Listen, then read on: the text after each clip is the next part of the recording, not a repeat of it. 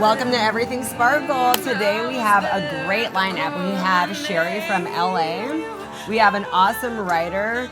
Richard is here. And then Dylan. You have built everything. Tell us about DivCon. So we are general building and engineering contractors based out of the Central Valley.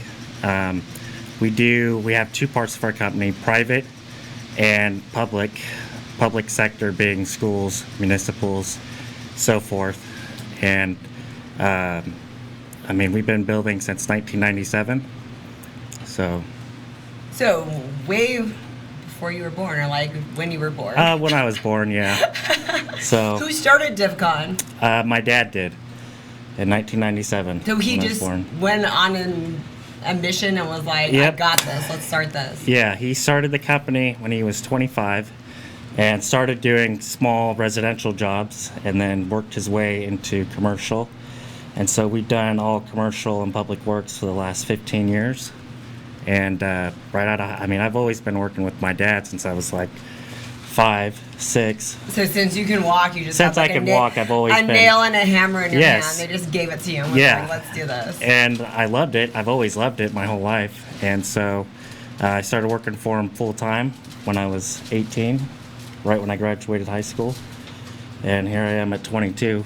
So it's been fun. I like what I do. I love what I do. Awesome. That's so cool. So what's your vision now that you started actually working and taking on the big roles? Because now you're bidding the jobs yourself. You're doing all of that. What's the plan at this point? The plan at this point is we'd like to expand to Nevada over the next year or two and get started over there in Reno area. And why there? There's a lot of opportunity over there. It's the next boom town, I guess you could say. Oh, so they're like building a lot of stuff. Next up and coming town. So have you guys worked out there already? Like we have done some work out there in the Reno area. A couple roofing jobs, new apartment buildings. We've done some of those.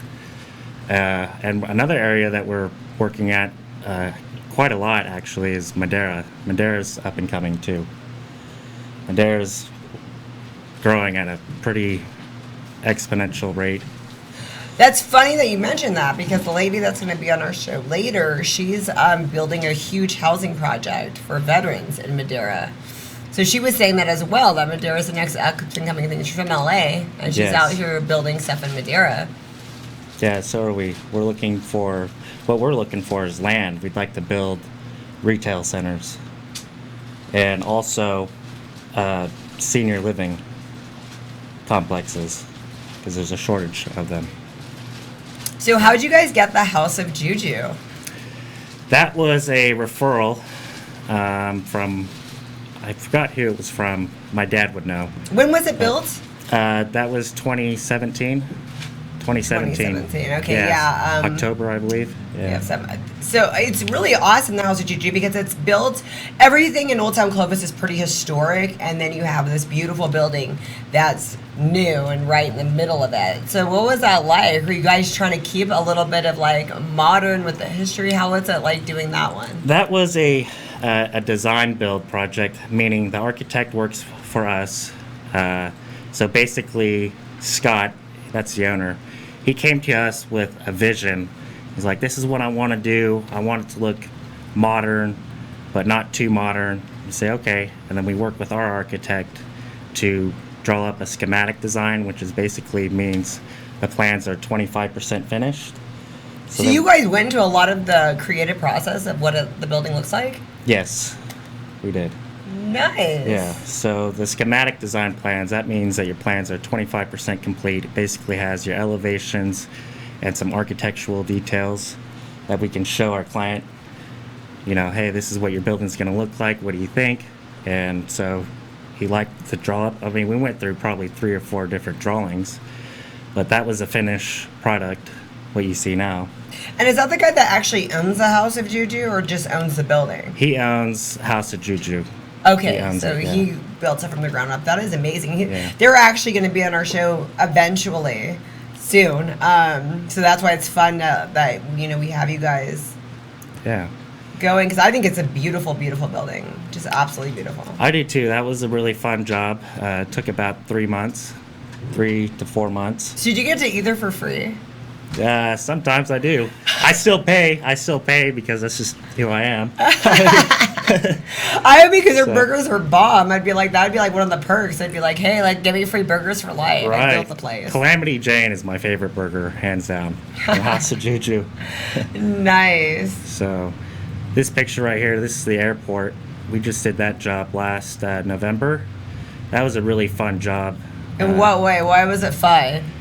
Well, because we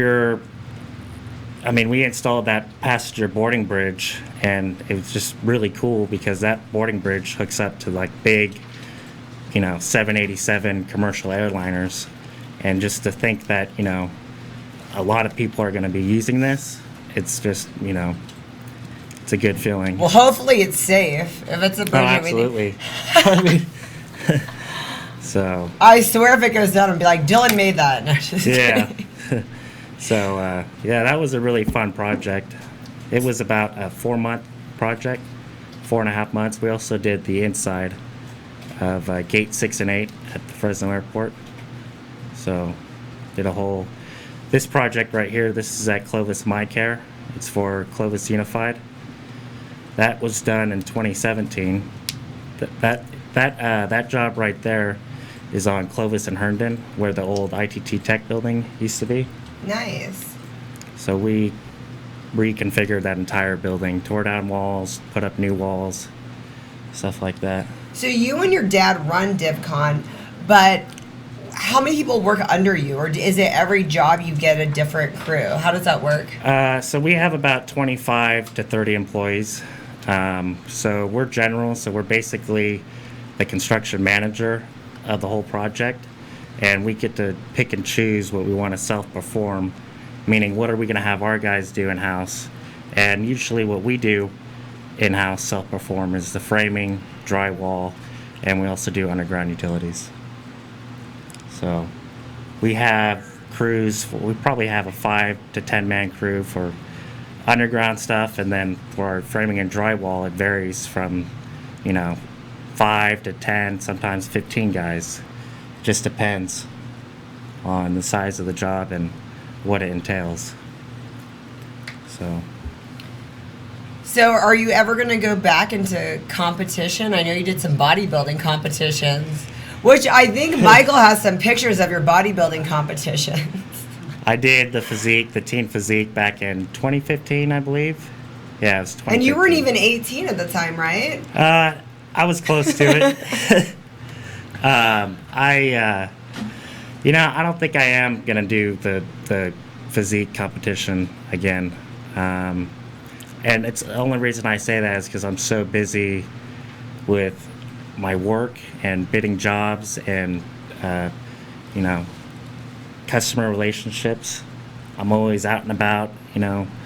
We're doing a job down in San Diego, so I'm going down there. Going back and forth. So I'm all over, and the amount of time and hard work and preparation to do a show it just wouldn't fit my schedule. Right. No, you're doing big things that are really important. So. Well, trying to.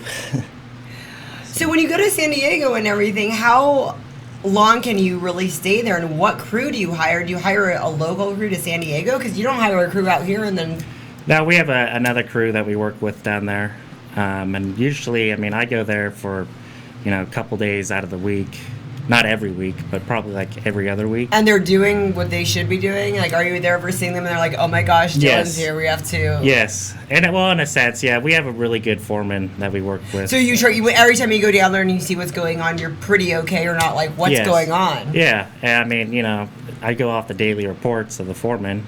Daily report is basically exactly what it sounds like. It's the daily report of how many guys were on the job, how many hours did this guy work, what material was dropped off on this day. And it's important to keep track of that in case say there's change orders or delay logs, a trade, say a trade is behind schedule and he said, oh, well, if you look back on this day, you said this or so and so. So it's just a way of keeping track of things. So that's what I look at when I go down there. Do they treat you good, being that you're so young?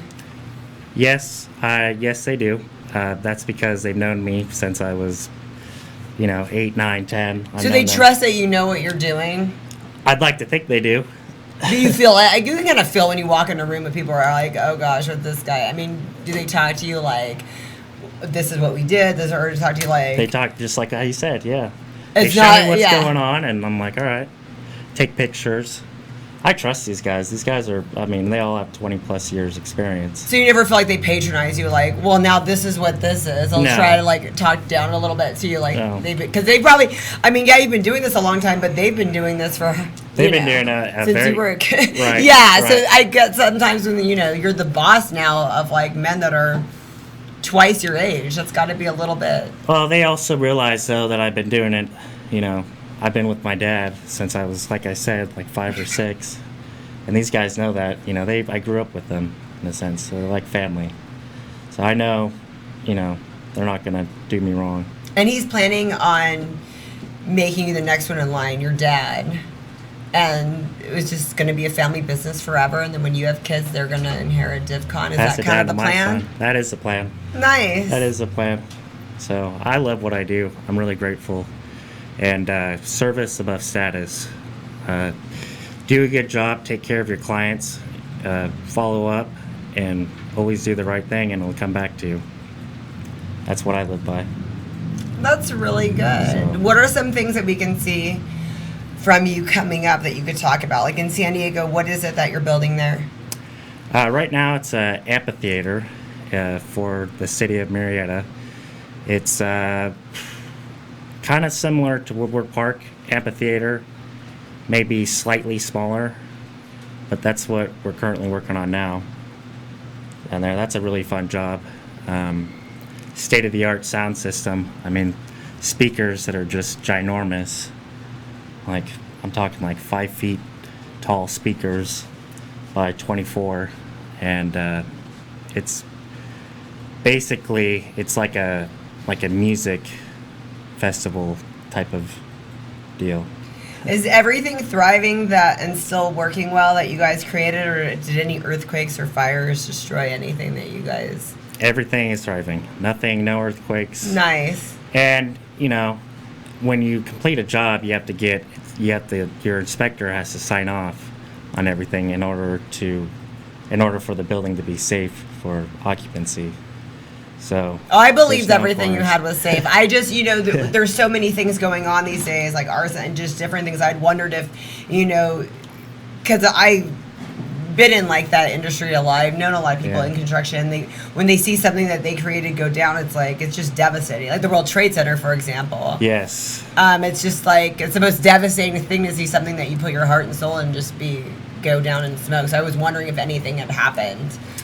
Well, I think, as I recall, it was like an hour and a half before one of the trade centers collapsed, which makes sense because usually there's 1 hour fire rating for buildings, sometimes 2 hours, depends on what part of the building you're at. But yeah, that was a sad day. Well, you were like 4? I was like 5. I was 5. Yeah. Well, we are. But I remember, though, very clearly. I remember. I bet you would. That'd be very impactful. Yeah. One of our guests wrote a book about the World Trade Center. That's why I'm merging into that one. So. Yeah. So. Well, thanks for coming on, Dylan. It's Yeah. a pleasure because you're one of the youngest like entrepreneurs of town that's like really successful, and I wanted to. Can you say your age? Or are you embarrassed? I'm 22, and I'll say it proudly. Hard work and dedication and consistency will take you a long way. And like I said earlier, building customer relationships and doing what is right and being fair and very transparent with your clients is what I base my foundation off of. And that's your number if we wanted to hire you for any project, but only commercial Yes. now? I mean, We- only... We do all commercial. Okay. Yeah, all commercial. Only, so... We don't really... If I want to build a dream house, you're not the guy to go to? You can go to me. I can refer you to someone else. But no, we don't really typically deal with residential at all. So if I want to build a nightclub, you're the guy to go to. I'm the guy to call. Thank you so much, Dylan. Thank you.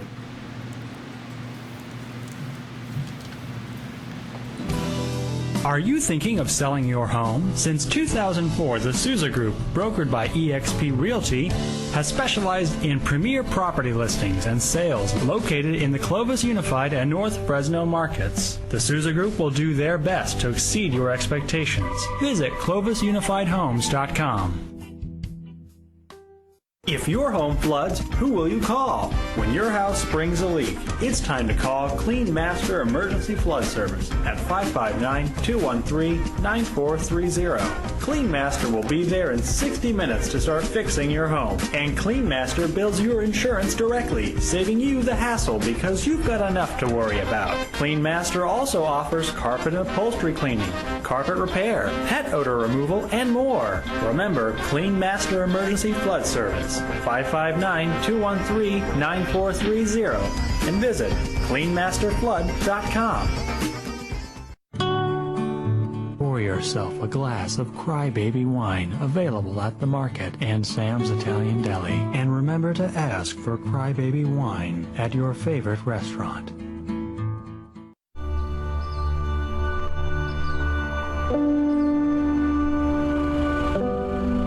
Forget about the higher good of food, right? You're growing a product that people enjoy really all over the world. I mean, how does that make you feel?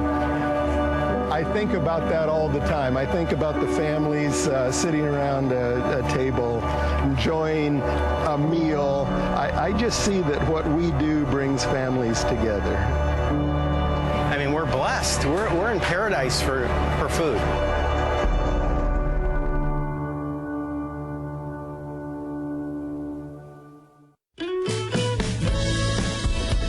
The Kern family of the Kern Family Farm invites you to eat delicious, nutritious, organic produce available at the Gnarly Carrot, located at 32954 Road 222 in North Fork, California. The Gnarly Carrot is a local, natural, seasonally changing market offering a wide range of products from local Central Valley vendors. Get your caffeine fix, grab a smoothie, and support small businesses. Learn more at kernfamilyfarm.com and visit the Gnarly Carrot today.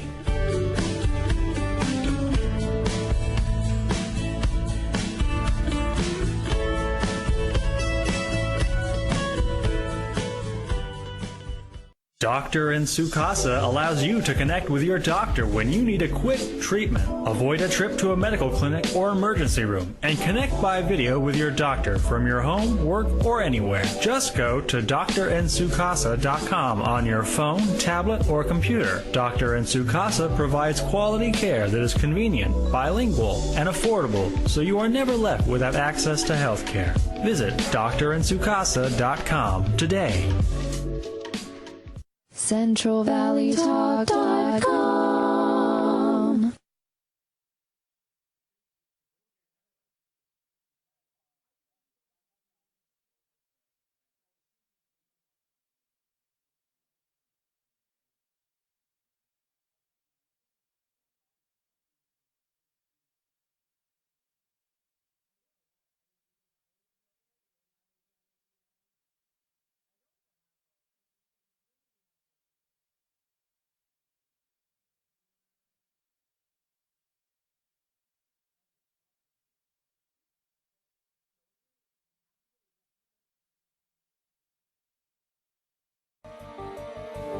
You enter this door with expired tags. Beyond is another dimension, a dimension of regulations, a dimension of long waits. You have reached the registration zone.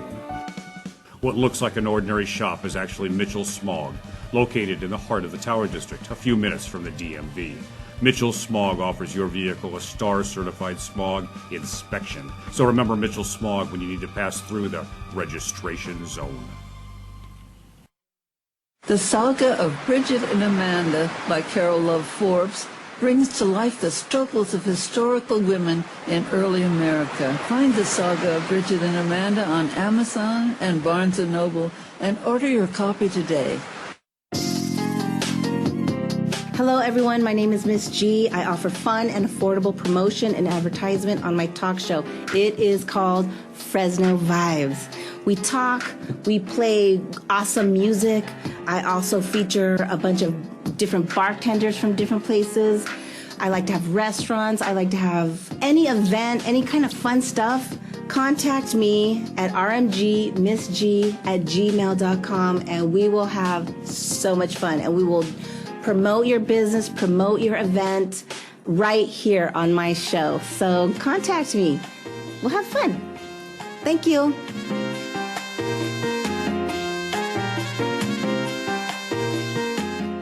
Hey, I'm Chris DeVold. Tune in every Friday night on CentralValleyTalk.com when I bring you Sex, Drugs, Chris DeVold, where I'll give you 3 guesses on what we talk about. And I also vow to bring you 1 live local music act a week. So tune in every week because you never know what kind of music you're going to hear right here on CentralValleyTalk.com. A dynamic litigator, in-tune listener, and forward thinker with almost a decade of experience, Nasser Nekumanish is a skilled attorney servicing clients throughout the Central Valley. When you need a lawyer, call 559-441-0114 and ask for Nasser Nekumanish. Today, we bring you the first part of our global broadcast exclusive conversation. The streets of Tahrir have once again been filled. Key issues here at the United Nations Climate Change Conference remain unresolved. Police are saying the protesters to move further and further away. I'm Amy Goodman. And I'm Juan Gonzalez. And those are some of the headlines. This is Democracy Now!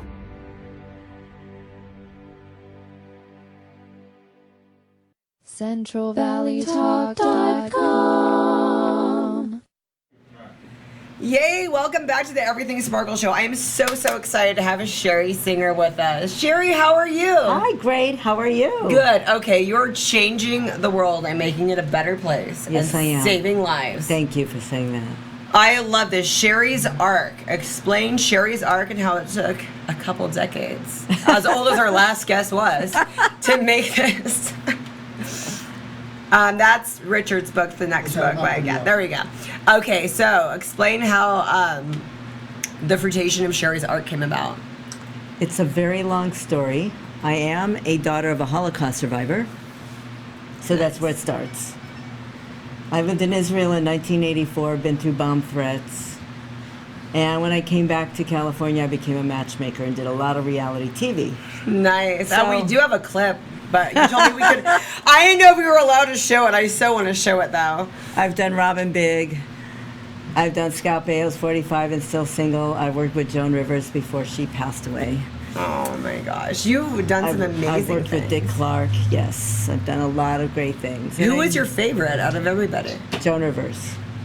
That was your favorite. She was the best. Yes. And, well, you had kind of already told me your least favorite.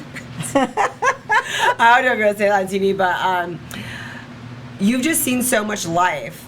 Yes. And tell us about Sherry's Arc. I developed a program to end homelessness in our country. We're going to start with a pilot program. Our first population to get off the streets are our veterans, who, in most deserving, should be off the streets. 1 out of 4 homeless is a veteran. That means we have over 1 million homeless veterans in our country. It's pretty sad. I developed something that was based in Israel. It's called a kibbutz. I'm not going to call it a kibbutz, but that's what it is. After the Holocaust, when the Jews fled from Europe to Israel, they had nothing. So they developed the land, they built houses on the land, they did mostly agriculture and traded free housing. Today, there's 275 of them doing agriculture, manufacturing, technology, and everything else in between. If the Holocaust survivors can do this, why can't we do this for our veterans? Exactly. This is amazing. So I'm bringing that business model to our country.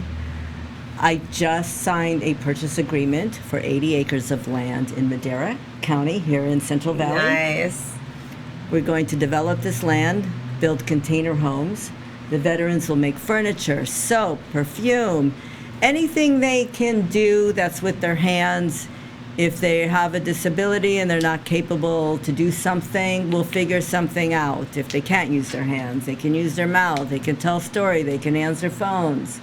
We can figure something out for their disability. We want to get every homeless veteran off the street. That is so incredible. And it's something that's amazing, but it's like, why don't we have this? Why did you have to? It's almost 2020 and you're finally getting this off. Why is there such a delay and why aren't more people doing stuff?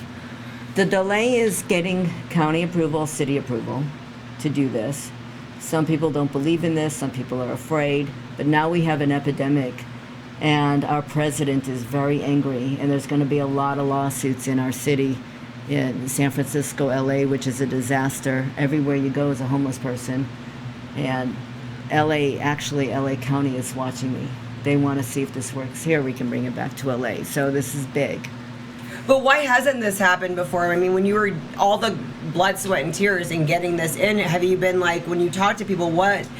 It's mainly just a city. Like, why is there not more programs for homeless veterans? What have you walked away with? A lot of it is money. I'm not Bill Gates.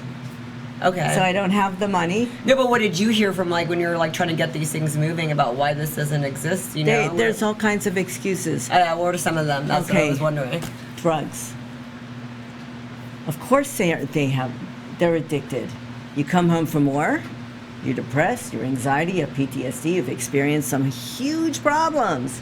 You've witnessed your best friend blow up. Or you had to shoot somebody that you didn't want to and their child. I'm sorry we're talking about this on TV, but let's get real. No, let's get real. That's why I'm asking you, because I know you're not going to beat around the bush. No, I'm not going to beat around the bush. I'm not a wallflower about this, but we have a serious problem. They come home, they're sick. They can't function. They're up in the middle of the night. They can't get a regular job because they can't function. They can't think. They have anxiety. They get up in the middle of the night. They have the jitters. They're their memories. They have the flashbacks. They end up on the streets, or they're drinking to camouflage their pain.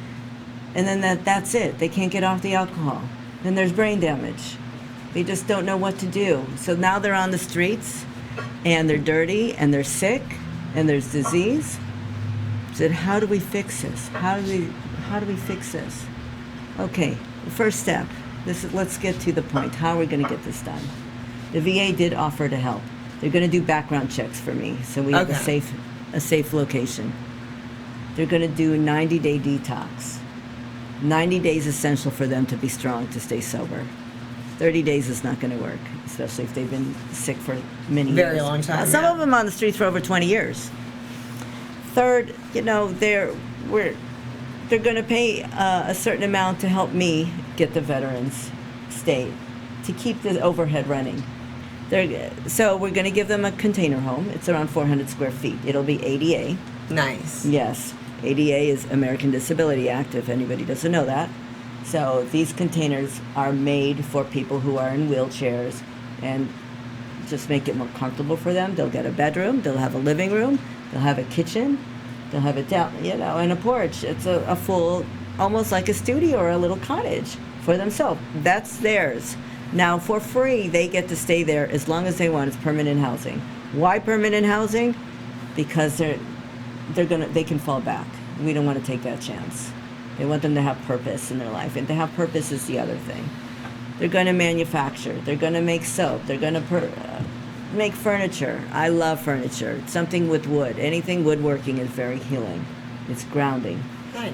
Yes. It'll take the pain away and keep them busy. We'll have mental health services on the premises. So we're 24/7. They'll have a gym. They'll have a place to work out. Nice. Most places where they have detox programs, they don't allow you to bring your dogs. So they stay on the streets because they're not going to lose their dogs. The only thing they have is their dogs. Bring the dogs. We want your doggies. Yeah, I can't even believe that they usually don't let you have that. That's a real problem. One of the most healing things for you is your pet. Is your pet. They're not going to give up their pet, so they're going to stay on the street with their pet. That's their family. That's their child.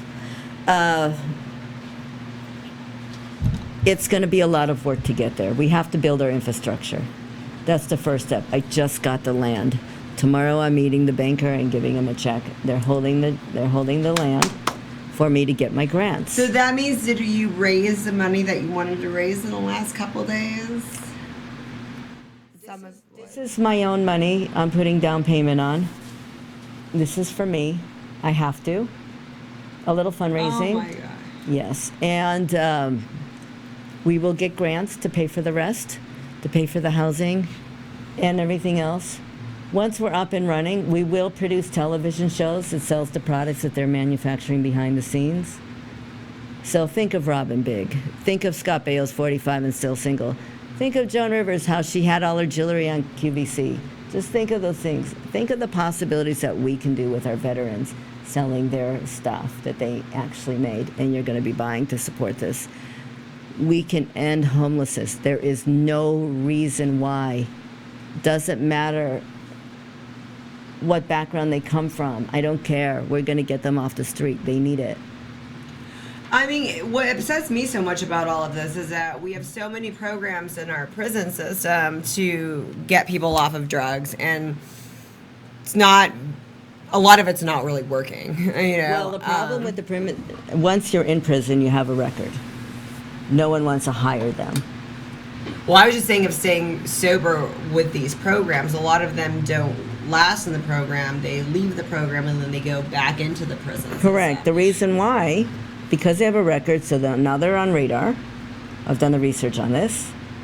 And they can't get a job, so they go back into drugs, and they go back into depression. They go back into the same cycle. And it's constant cycle. Now, if we have a veteran that came out of prison because he was on drugs, well, I'll take him. He'll never be homeless. And I'm going to do my damn hardest to That's keep him amazing. sober. I'm really happy to hear that. Yes. You will take them even with a record, because I know that's... Yeah, I do want them safe. I'm going to be picky who I'm going to take on. If they're dangerous, they're dangerous. We need to keep our population safe. We're going to have women, and eventually we're going to do families. So I'm going to be clear. No rapists, and no something that's going to be dangerous or murder. You know, just those are going to be my prerequisites. Well, my problem too is that the government has put so much money into these programs in the prison system. So why can't they put this money into the programs for veterans, people that have actually served, saved lives, actual heroes that are now homeless? Why are we putting so much? Why are you putting some money into these people and not those people? That's a question. And that's what bothers me. It bothers a me lot. too, and they don't have the answers. I have the answer. And it takes one person to say, I'm going to do it, and continue. Putting this project together was, I'll be honest, is not easy. I've been working on this project since my 30s. I'm 55 now. I'm tired. I have been beaten down physically, mentally, spiritually, and emotionally, financially putting this together. I can't get a regular job because this is my baby. I had to develop this, make sure it's done right. Try this way, try that way. Do filming first. No, it's not going to be filming. We have to build our infrastructure. We got to get this up. Yeah. The filming will always be there. Always be there. They'll always be there. Correct, yeah. Yeah. Television will always be there. Radio will always be there. Let's get our infrastructure up and running. Then we can film shows. Number one, land. We got the land. Now we have to build our infrastructure. 2, number 3, get our people, get our veterans off the streets, get them healed. That's it. But the hard thing right now for you has got to be, there's just so much space. I mean, you can't take everybody, and to pick who you're going to pick and choose, that's got to be a really hard decision. Is it really just kind of people in the Central Valley that are kind of local that you guys are looking at? The reason why I'm doing the Valley, Central Valley, I'm sorry, I've been working all day, working at the veteran stand down, so I'm a little hoarse. The reason why I'm in Central Valley is because I want to be in a farm. We want to be away from the city. We want to be away from a neighborhood. The reason why, you ever heard of the word NIMBY? Not in my backyard. People don't want to live next door to homeless shelters. Yeah, I've heard that, yeah. It's called NIMBY, N-I-M-B-Y. Mm-hmm. So we got rid of that. We're in a farm. Number 2, they're away from drugs and alcohol. They're in a farm. Sure, can they bring drugs and alcohol in? Well, we're going to try to keep our best to keep that out. Somebody's always going to be a troublemaker. We're always going to have that. Right, yeah. 3, it's a sanctuary for them to heal. Right. We will do whatever it takes. There's all different types of methods of healing, from yoga, meditation. Some people are into religion. It just depends. Exercise, lots of exercise really helps. So are you going to try to get a lot of people, because I'm sure a lot of people are flocking and they want, like, pick me, I want to be part of this program. How is that going to be? That's a good question. I don't know. We're going to start with, I have 80 acres. We're going to start with probably 50 to 100 veterans to start. Once we get the kinks out, we're going to develop more into the land. Once we know what we're doing and we have the funding, we're going to spread out and open up another property and another property and another property. LA County is looking into this. They want to watch this one so we can bring it back to Los Angeles. If anybody's been to Skid Row, you know what I'm talking about. We have over 100,000 in downtown LA. We call it Tent City. It's bad. It's really bad. It's an epidemic of typhus and rats, and people are dying on the streets left and right. It's awful. It's just awful. San Francisco, another nightmare. I want to start out small. Central Valley, I can do this clean and much easier than if I would go into a place where there's 100,000 people on the streets. Once we get this down, and we've opened up a few of these programs here in Central Valley, because I think I can do 3 or 4. We have enough land out here. As long as I have water, that's the key, is water. The property that I just purchased has water. Nice. We have 2 wells, and there's a San Joaquin River going through, so they can fish.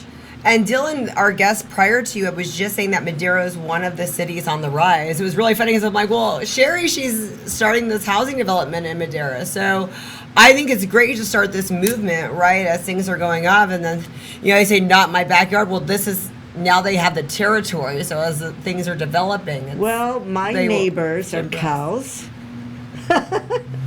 We like our cows. And on the other side is a wildlife sanctuary, so we won't have the neighbors. And they are building a VA hospital about 2.5 miles away. Perfect. Yes. So this is going to be your little community in that area. So now that's a rising city, it's going to be their backyard. So they're going to have to approve all the things that get developed there, and I love that. But we're going to be in the county. We're not going to be in the city. The city it's still small. Madera's very. It's probably a good, I think, 10 minutes, 10, 15 minutes away. We're in the farming parts of Madera, not in the city. So that keeps us still away in a safe environment for us. Well, it's a safe environment, but it's good that it's still like on the rise. It's you're in a place that's actually growing. So. Yes. So, on the weekends. Because you still want to be in a place that's growing because they're going to, that brings a lot of attention to it, and then they're going to be more helpful, and then all the building and stuff that they're going to be building, they'll be like, oh, okay, maybe they can use the veterans to actually help build some of what's getting built in the town. I wish Dylan was still here. I would ask him, like, you need to hire these veterans. I'm going to hire veterans to help develop the program. Absolutely. They need the jobs, and I want to hire them. Yeah, and that's what I'm saying. If it's a developing city, they can actually hire the veterans to develop more. I was at a veteran stand-down today and yesterday, and a stand-down is it's almost like a trade show for veterans of need. That's exactly how I can explain it. It's not a trade show. It's not like you're having business. We have nonprofits. The VA was there. Veterans are there. They're coming there for their medical attention, legal help, homeless vouchers. The VA was there. I'm there to explain what my program is. Yes, you're right. They're all, oh, I want to do this. Oh my God, oh my God, oh my God, I want to do this. You mean I don't have to pay rent? No, you just have to work. I want to work. Amazing. You can keep your Social Security. I just need you to put in your work. This is what we need you for. So if they want to go out on the weekends, they can. We'll have bus transportation so they can go out. This is so exciting. Yes. Sure, you're like an angel. I love it. It's hard work. And I'm getting older, so we have to hurry up. That's a good way of looking at it. Okay, Mike, do you have a clip of what I sent Michael of Sherry's reality TV show days? Which one did you find? You're not. Oh, okay. You're in the clear, Sherry. Now we're not going to embarrass you. Okay, that's okay. But if we Google you, Sherry Singer, will it come up? A lot of that stuff will come up? I think if you Google Robin Big, first season, episode 7, that'll go up. Not on YouTube. You have I had the dating show. That's what I had sent Michael. The mating game? The one that you had sent me. Oh, okay. I had sent that to his messenger. I haven't seen Scott Baio up there because that show's been... Oh, good. You got that. Yeah, we have all the stuff you emailed. That was just something I threw in there today for fun. Thank you. The other one, but no, this is the important cause. I'm sorry, I like to have a little bit of fun on the side too. But I mean, because it's so cool, your career, how it's gone from like, you did a lot of fun, quirky things.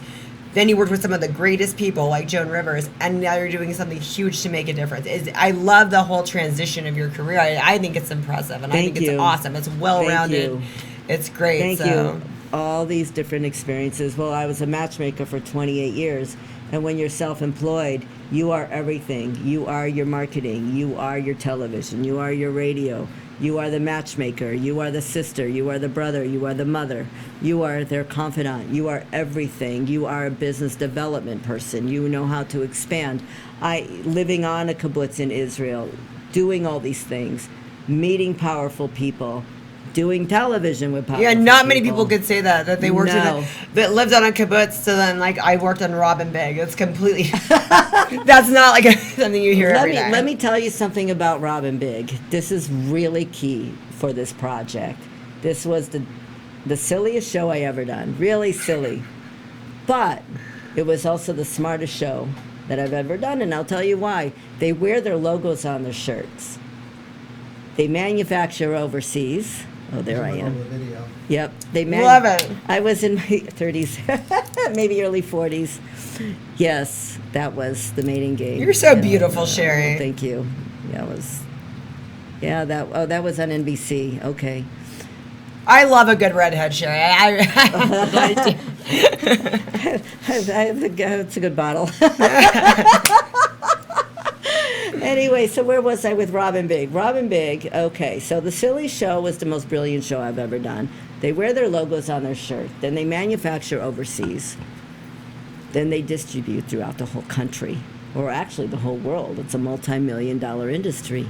I said, I'm going to do that, but we're not going to manufacture overseas. We're going to build these programs, and we're going to manufacture here and market those products the same way Robin Big does his products with DC. That is so awesome. So that was the purpose of that show. And I don't think anybody would have grasped that except for you. It's like that you were put there for that reason, and that you grasped that. I'm so in tune and touch with things that I can't explain. It's just, I'm a businesswoman, so I see business in everything.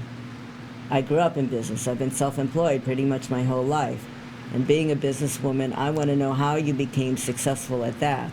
And when I see that, that's genius. Oh my God. Oh my God. In Jewish, we say, aha. Sherry, thanks so much for coming on my show. Coming from LA, I usually never have anybody that's not local here, but I will be local. I am so excited, and we're going to keep everyone posted on your different events and how to donate money. So if we want to donate money to this cause, what's the best way to go to? Go to my website, sherrysark.org. That is spelled SHERRYSARK.org. That's the best way to donate. That's a tax write-off. So it is. We are a 501c3. If you need my EIN number, if you want a T-shirt, email me your size. Donate at least $100. I'll mail you a T-shirt. Nice. Thank you so much, Sherry. Okay, so it was great. Thank you for having me.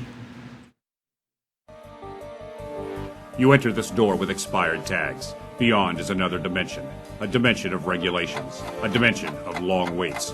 You have reached the registration zone.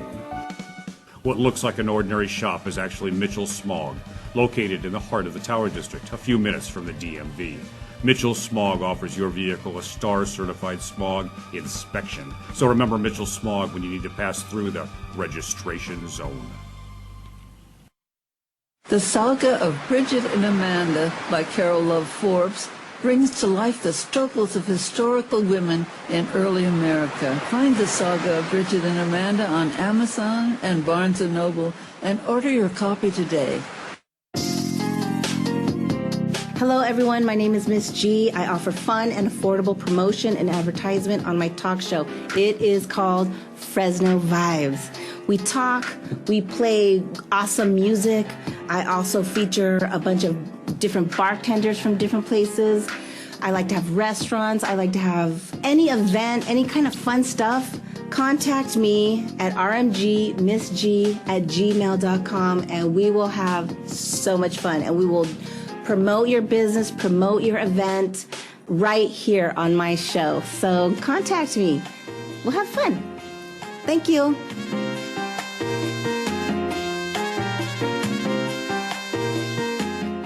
Hey, I'm Christopher. Tune in every Friday night on CentralValleyTalk.com when I bring you Sex, Drugs, Christopher, where I'll give you 3 guesses on what we talk about. And I also vow to bring you 1 live local music act a week. So tune in every week because you never know what kind of music you're going to hear right here on CentralValleyTalk.com.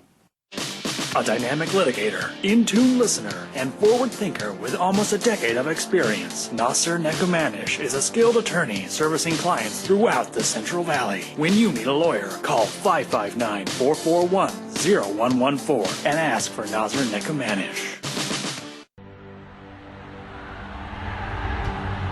Today, we bring you the first part of our global broadcast exclusive conversation. The streets of Tahrir have once again been filled. Key issues here at the United Nations Climate Change Conference remain unresolved. Police are saying the protesters to move further and further away. I'm Amy Goodman. And I'm Juan Gonzalez. And those are some of the headlines. This is Democracy Now! Hi, welcome back to the Everything Sparkle Show. We have with us Richard Lake, 9/11 2.0. Look at this. Look at it. I wrote it.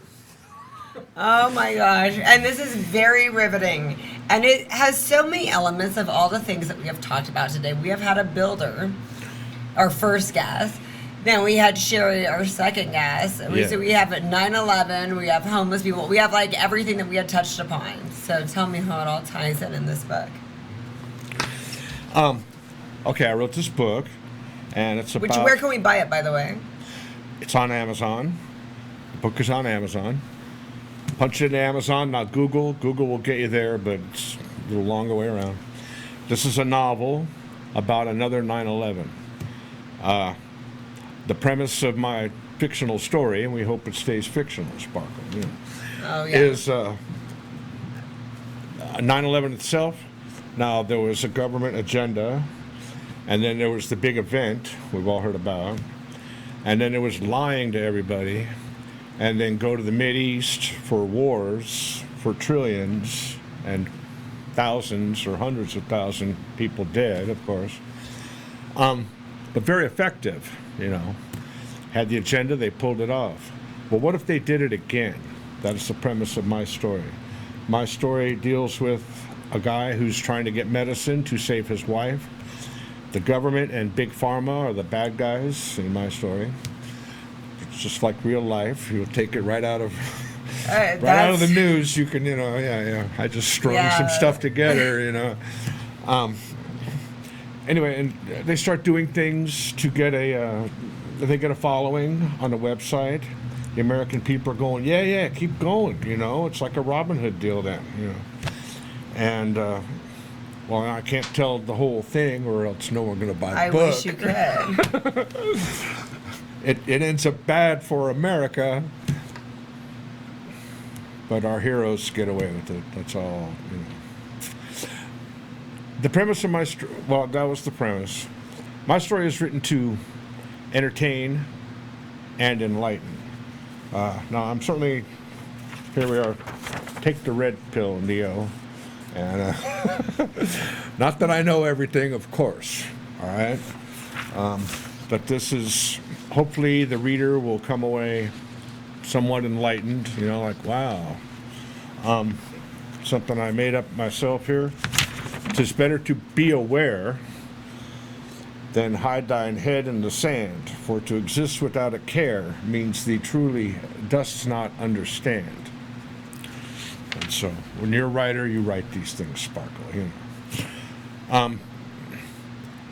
Propaganda is a very real thing. I could go on and on about this, many related subjects. 9/11 was the government had a hand in that. Okay, more than one government had a hand in that. And again, we've spent trillions, and we've lost many people, and I can see them doing it again. And I wrote a book about it. Go ask me questions. Okay, so I'm running out. Ask me questions. Is this your first novel? Yes. And you're working on another one right now, right? I am. I'm working on another one, but we're gonna keep this one going for a little bit. You don't here, want to but- talk about the other one at all? Can we know the topic? Well, the other one might not be so political. It might be more. Romantic? Oh my gosh, Richard, did you write a romance novel? I'm afraid that's not my my interest in romance lies more in the physical world than the written world, I guess.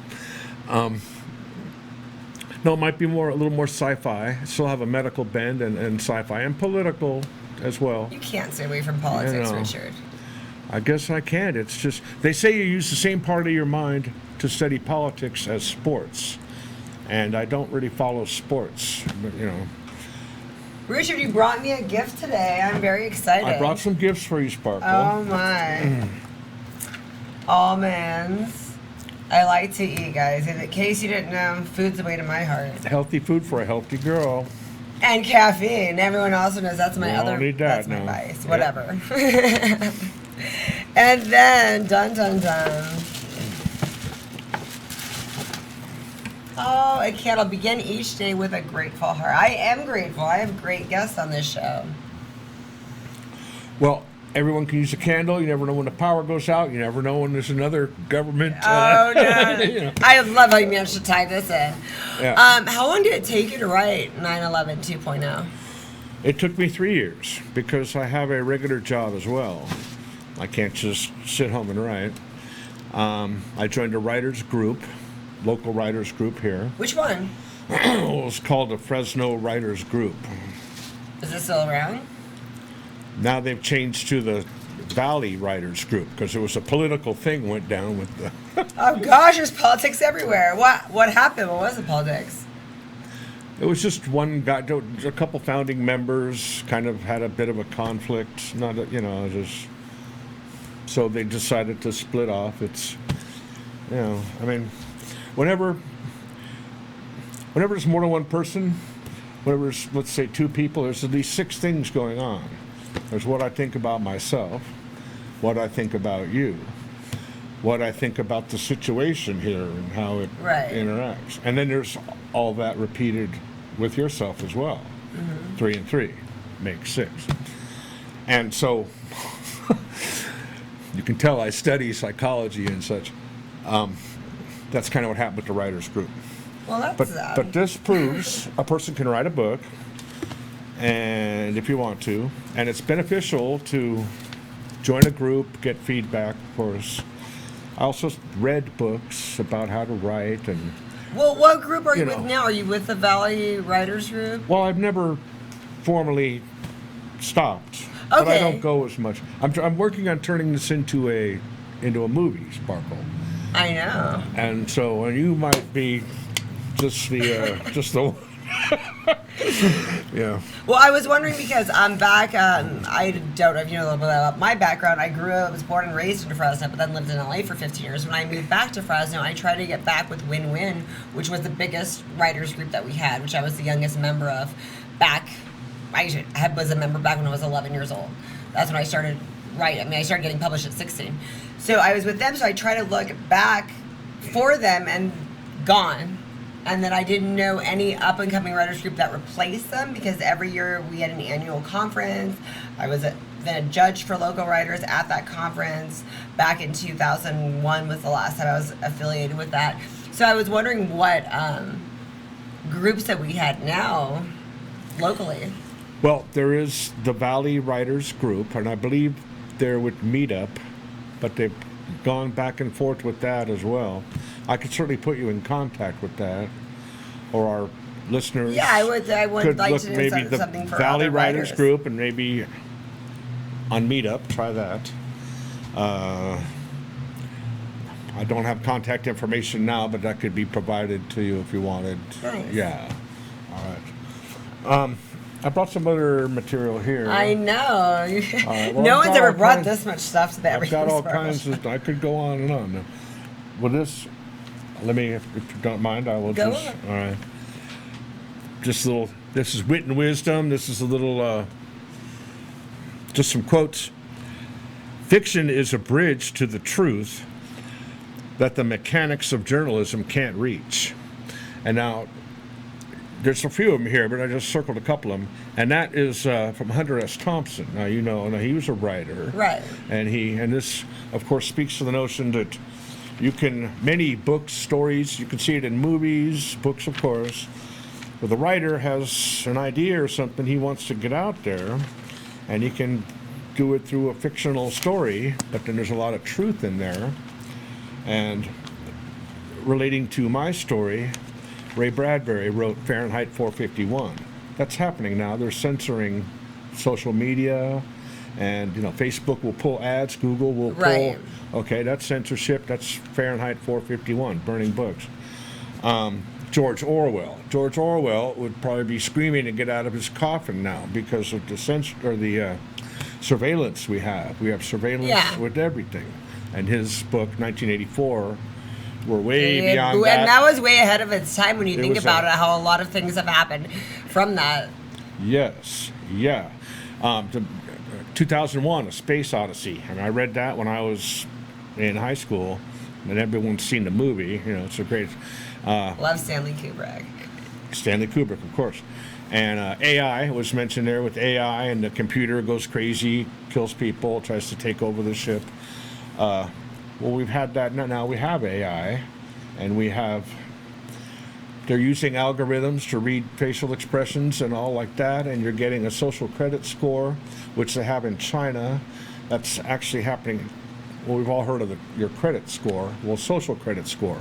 What do you think and do about this and that? Right. And that affects, you can get jobs where you might be able to live, all kinds of things. And of course it's under the radar with most people, but it's there.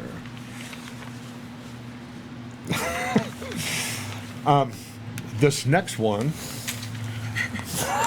This is fun, Sparkle. This is fun. I'm having fun now, so this is good. I'm glad you're having fun. Yeah, okay, my book deals with, it touches on the Second Amendment about gun. We're having there's a lot in the news these days about guns and gun restrictions and all like that. Now, I've heard where the Second Amendment is there to keep in place the First Amendment. And the First Amendment, your right to say and to get into a group and, talk and discuss. That's, I think, Jefferson, the foundation of government. You have to have that.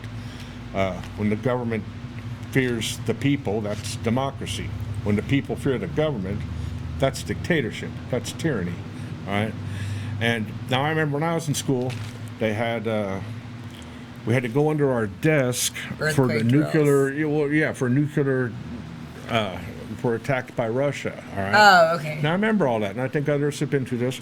Well, these days with children, when a kid thinks a shooter is coming, this is just an article out of a magazine, and so now they're doing the same thing. These duck and cover exercises for children, which is okay. We could say maybe this is good and all that, but is that social engineering? Is that here? My suspicious mind kicks in. Is that programming a sect of people coming up to be more, we got to get rid of guns and this and that? I mean, outlawing guns to curb street violence is like making spoons illegal to try to curb obesity. It's ridiculous. That's an odd analogy, but it's effective. Anyway, so be careful what you see and hear, because it could very well be, they call it news programming. What's our, the news program. Right. That's kind of a two-way, Here, I'll get into one more here. One more here. All right. We got time for one more for you, Richard. Anything. All right. Now, this deals with the movie Pearl Harbor. Yeah. Now, you lived in Hollywood for a while. Correct. Yes, Los I Angeles. did. Yeah, and you have. And I was part of the area, part of the scene, yes. Okay. All right. Well, this, and you can find this on Wikipedia. This is right off Wikipedia here. Now, not to get into how much is truth there, who knows, but just, all right. But a lot of these other references could be looked up as well. Now, the movie Pearl Harbor came out in the spring of 2001. Yeah. All right? Yeah. Before 9/11, 2001. All right? And now people, in looking at this, people say the movie was somewhat thrown together. All right. In other words, now we know Hollywood cheats at times. You know, like the airplanes were painted different than the Japanese Zeros that did the actual attack. The boats in the harbor, some weren't even in production at that time. Right. Okay. They say it was a cheesy romance, story. Right. 2 hours crushed, into a 3 hour. We're running out of time, Richard. Come on, make a point. All right.